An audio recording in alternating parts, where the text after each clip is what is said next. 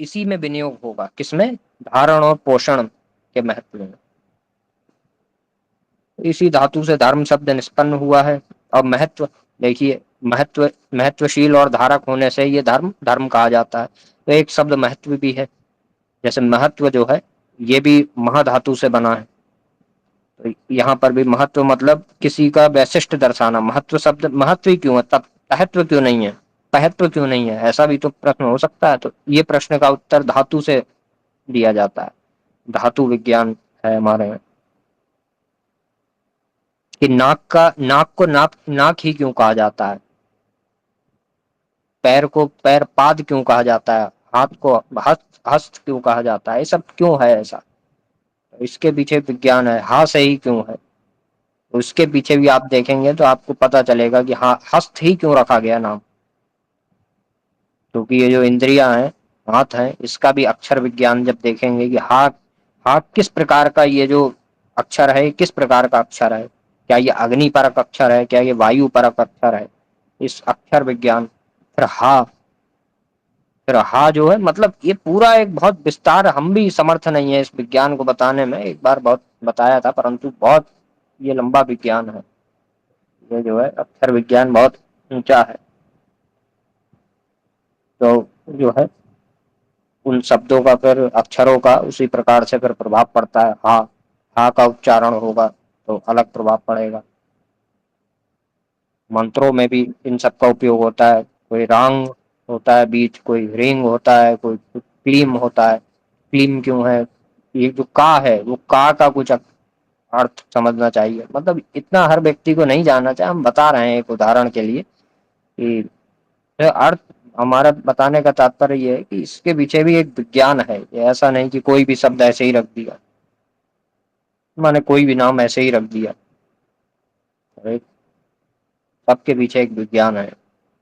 राम जी का नाम राम है, कृष्ण का कृष्ण क्यों है, तो उसमें भी तो जानते ही होंगे, भागवत आदि में आपने सुना होगा। धारणा धर्म मिथ्याहुर्धर्मेण विधृतः प्रजः, या सद्याद धारण संयुक्तः सा धर्म इति निश्चयः। धर्म धारण करता है अर्थात अस्तित्व और आदर्श की रक्षा कर अधोगति से बचाता है, इसलिए उसे धर्म कहा जाता है।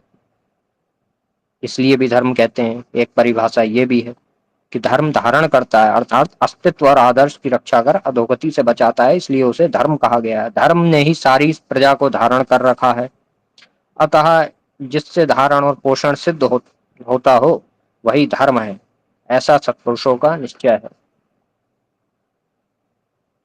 धारणात् धर्ममित्याहुर्धर्मो धार्यते प्रजा, यत्तयात् धारण संयुक्तः सा धर्म इति निश्चयः। धर्म ही प्रजा को धारण करता है, धर्म और धारण करने के कारण ही उसे धर्म कहते हैं।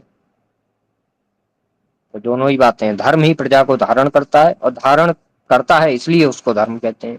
अतएव जो धारण प्राण रक्षा के युक्त हो, जिसमें किसी जीव की उत्पीड़न शोषण अहित ना हो, वह धर्म है, ऐसा शास्त्रों का सिद्धांत है। संध्या अध्यात्म और आदि देव की एकत्र की धारणा से देहेंद्रिय प्राणांतकरण के शोधन की अमोघ विधा है।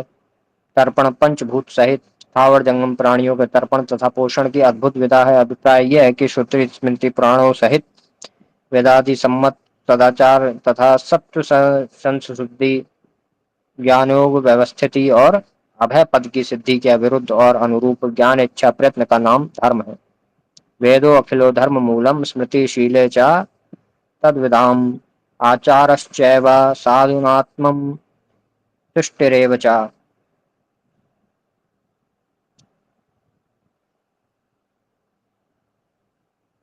जो वृद्ध निर्लोभ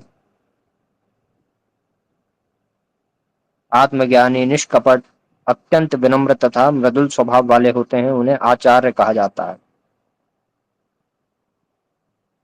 वृद्धाश्चालो लुपैश्चास्ता आत्मन्वन्तो ह्लादि अंबिकः सम्य विन्नितः मृद्वाश्चार्याणाम रक्षते। धर्म के ज्ञाता द्विजातियों द्वारा श्रौत और स्मार्त धर्म का विधान किया गया है। धर्म धर्मज्ञ ज्ञार विहितो धर्म श्रौत स्मार्तो द्विजाति विहि। انہیں دار संबंध माने विवाह